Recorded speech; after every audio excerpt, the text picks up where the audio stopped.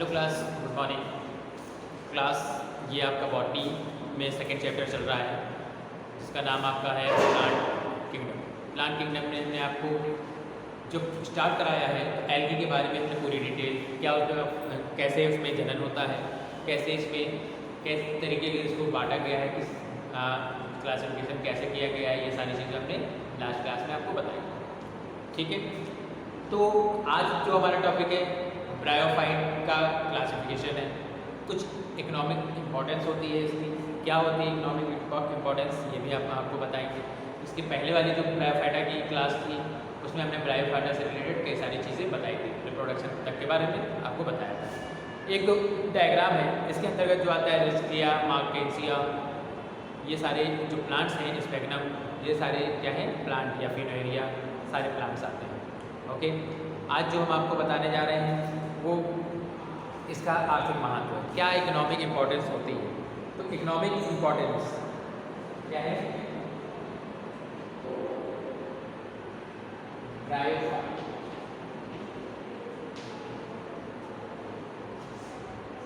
इसकी हम क्या बताने जा रहे हैं, इकोनॉमिक इम्पोर्टेंस बताने जा रहे हैं, इकोनॉमिक इम्पोर्टेंस।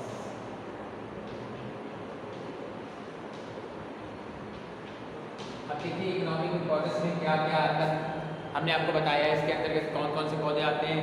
ब्रेक्सिया हो गया, मार्केसिया हो गया, एंथ्रासिरास हो गया, फ्यूनेरिया हो गया जिसे हम मॉस के नाम से जानते हैं, पर ठीक है। तो अब ये कई सारी चीज़ें इसमें पाई जाती हैं। ठीक, तो अब इसका आर्थिक महत्व के बारे में हम बताएं तो फर्स्ट पॉइंट की अगर बात करें तो मॉस के बारे में है। इसका जो लाभ होता है क्या होता है, कुछ मॉस जो कहाँ पाए जाते हैं, तालाबों में पाए जाते हैं और इनकी मृत्यु होने के कारण ये क्या होते हैं, जल की जो तलहटी होती है, नीचे का जो एरिया होता है वहाँ पास धीरे धीरे क्या होते हैं, एकत्र होने लगते हैं और फिर वही जो एकत्रीकरण है वही क्या करते हैं, फॉर्मेशन ऑफ सॉइल करते हैं, मतलब मृदा का निर्माण करने का काम करते हैं। कुछ ऐसे भी होते हैं ब्रायोफाइट्स, जैसे चट्टानों पर उगकर ये दूसरे पौधों पर उगने योग्य भूमि तैयार करने में भी सहायक होते हैं। कुछ ऐसे भी ब्रायोफाइट्स हैं जो कि चट्टानों पर उगते हैं, उसको क्या करते हैं, दूसरे कोई अगर बड़े बड़े प्लांट हैं तो उनके लिए क्या करते हैं, फर्टाइल एक तरीके से करते हैं भूमि को, तो वो काम करते हैं ब्रायोफाइट्स। नेक्स्ट पॉइंट की बात करें तो कुछ ब्रायोफाइट्स घने रूप में उगने के कारण मिट्टी को बांधे रहते हैं, क्योंकि वो जो जड़ होती है वो क्या करती है, मिट्टी को कस के बांधे रहती है, जिसके कारण जो मिट्टी का कटाव अगर होना होगा तो मिट्टी का कटाव भी रोकने का काम करते हैं। और क्या है, भूमि का कटाव या हम क्या कहेंगे इसको, सॉइल इरोजन को भी रोकते हैं। कुछ ब्रायोफाइट जो होते हैं शाकाहारी, जो स्तनी होते हैं, मैमल्स होते हैं, जो हर्बीवोर्स मैमल्स होते हैं, उनको क्या करते हैं, उनके द्वारा खाए भी जाते हैं। लाइक अगर हम स्पेगनम की बात करें या कुछ मॉस भी होते हैं वो भी कुछ जानवर खाते हैं। इसके बाद स्पेगनम जो है जल अवशोषण में अधिक क्षमता होती है। जो स्पेगनम है, स्पेगनम एक ब्रायोफाइट्स है जिसमें क्या होती है, जल को अवशोषित करने की एक प्रबल क्षमता होती है। अतः इसका उपयोग जीवित पौधों को लपेट कर एक स्थान से दूसरे स्थान पर भेजने के लिए उद्यानों में, और क्या करते हैं, इसको रोपण जो ग्राफ्टिंग होती है, ग्राफ्टिंग के लिए भी इसका यूज़ किया जाता है। किसका, जो स्पेगनम होता है। ओके, और प्लस क्या है, स्पेगनम को कृषि भूमि में स्पेगनम अगर उगा दिया जाए तो क्या करता है, वो मृदा की नमी को बनाए रखने में बहुत ही महत्वपूर्ण योगदान देता है। प्लस साथ में क्या करता है, वो घाव जो होता है उसकी ड्रेसिंग के लिए भी स्पेगनम का यूज़ किया जाता है, जो कि एक ब्रायोफाइट्स है। ओके, तो ये हमारा क्या था, इकोनॉमिक इम्पोर्टेंस। अब हम ब्रायोफाइट का क्लासिफिकेशन देखेंगे। क्या है classification of bryophytes. Classification of bryophytes. Bryophytes जैसे कि हमने एल्गी में आपको बताया था, एल्गी में किस तरीके से डिवाइड किया गया था, इसी तरीके से क्या है, इसको भी बांटा गया है। इसके मुख्य 3 वर्गों में इसे भी बांटा गया है। कौन कौन सा ये वर्ग है ब्रायोफाइट्स का, तो सबसे पहला है हेपेटिकॉप्सिका। ओके, इसको 3 क्लास में बांटा गया है। जो ब्रायोफाइट्स है इसको कितने बांटा गया है भागों में। पहला जो हमारा है हेपेटिकॉप्सिका,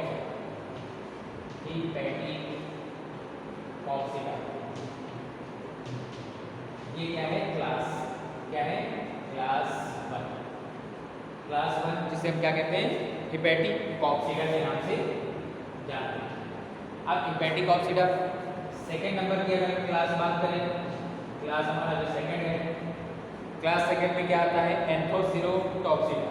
क्या है एंथोसिरोटॉक्सीडा,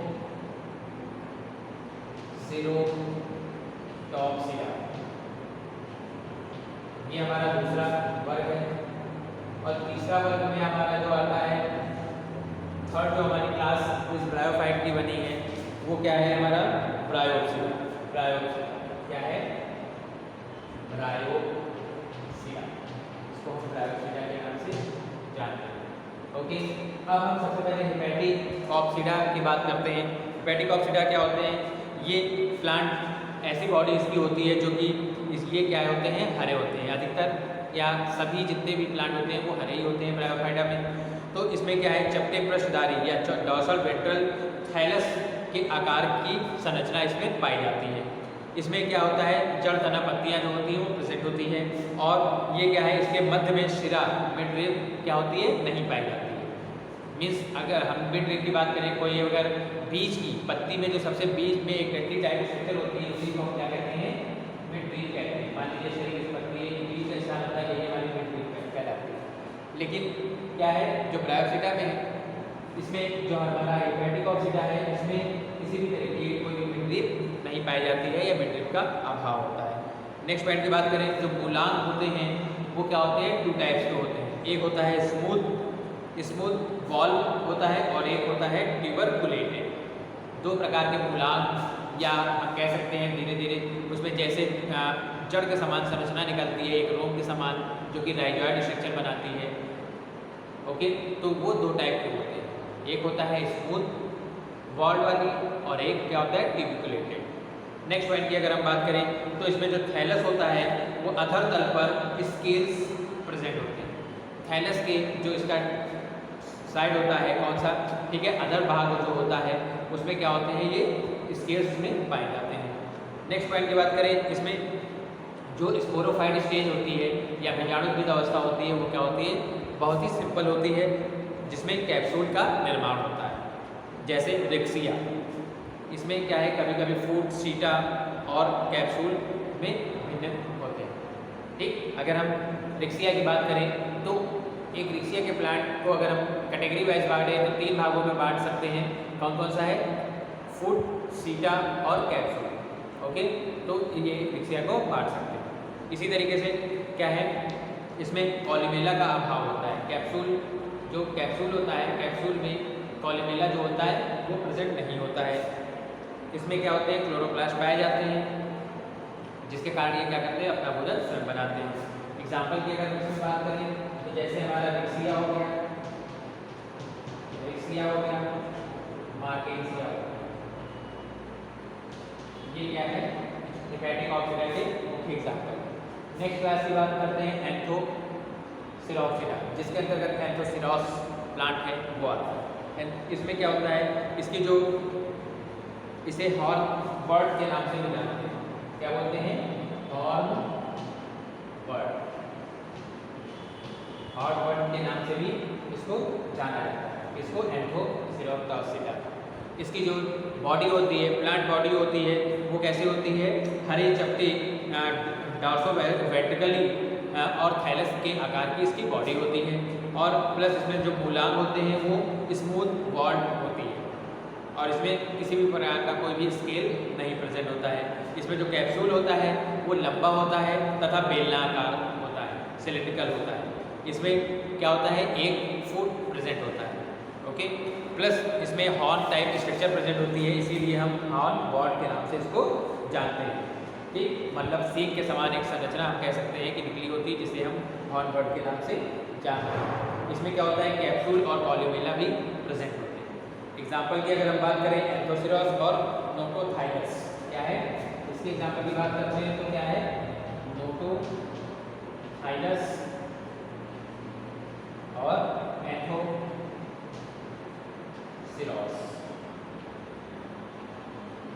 ये इसके क्या है मुख्य एग्जाम्पल। नेक्स्ट बात करते हैं ब्रायोप्सिडा। नेक्स्ट क्लास जो इसका है वो है ब्रायोप्सिडा। ब्रायोप्सिडा में क्या होता है, इसमें क्या होते हैं इसके अंतर्गत जो मॉस होता है या फ्यूनेरिया जिसे कहते हैं वो आते हैं। इसमें जो प्रोटीनीमा होता है या प्रारंभिक हरी तंतु में संरचना होती है तथा बीजाणु के अंकुरण से इस उतंतु का या प्रोटीनीमा का निर्माण होता है। इसके बाद जो युग्मक थर होता है जिसे हम गैमेटोफोर कहते हैं, तो गैमेटोफोर क्या है?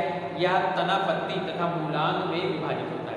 तना, पत्ती और मूलांग जिसे हम जड़ के नाम से भी जानते हैं, ठीक है।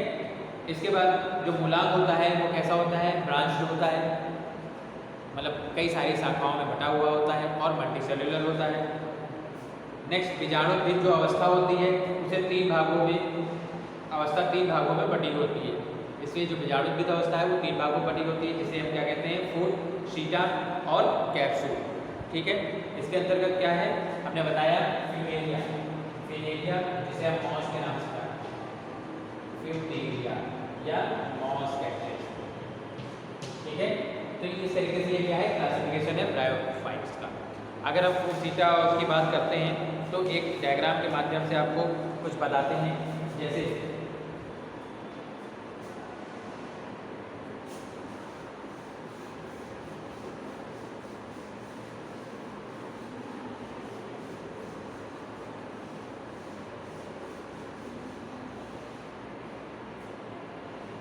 देखिए, ये क्या है? मॉस का डायग्राम हम बनाने जा रहे हैं। किस तरीके से स्ट्रक्चर कुछ होती है,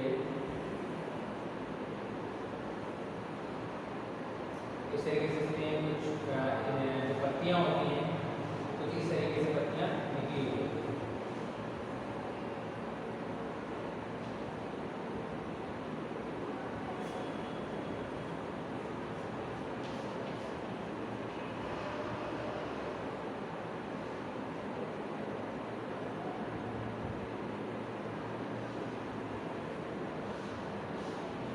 देखो, इस तरीके का एक मॉस का जो डायग्राम होता है, मॉस या जिसे हम फ्यूनेरिया कहते हैं, ये क्या है? एक मॉस या फ्यूनेरिया का डायग्राम है, ठीक है। इसका जो सबसे निचला पार्ट होता है उसको राइजोइड कहलाता है, जिसे हम जड़ के नाम से भी जानते हैं। क्या है ये? राइजोइड्स। ये इस तरीके से डायग्राम है। सबसे पहला हमने नीचे जो पार्ट बताया ये राइजोइड है, जो कि जड़ के समान संरचना होती है, रोग के समान संरचना होती है।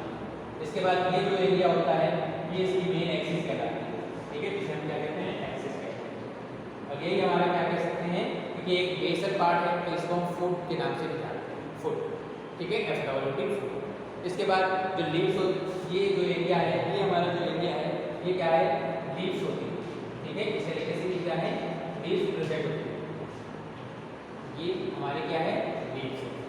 ये जो इस तरह की स्ट्रक्चर बनी है यही कहलाता है कैप्सूल। क्या बोलते हैं इसको? कैप्सूल के नाम से इसको हम जानते हैं। इसके बाद जो ये स्टॉल के रूप में या डंडी के रूप में जो संरचना है यही हमारे क्या कहलाता है? शीट। तो इस तरीके से ये क्या है? फ्यूनेरिया या मॉस का डायग्राम है। किस तरीके से ये होता है और कैसे ये आगे ग्रो करता है और कैसे रिप्रोडक्शन की क्रिया करता है, ये सारी चीज़ें इसमें हैं। ओके, आज की क्लास में इतना ही। नेक्स्ट क्लास में हम नेक्स्ट आपको बताएंगे। आज के लिए इतना ही। Have a good day.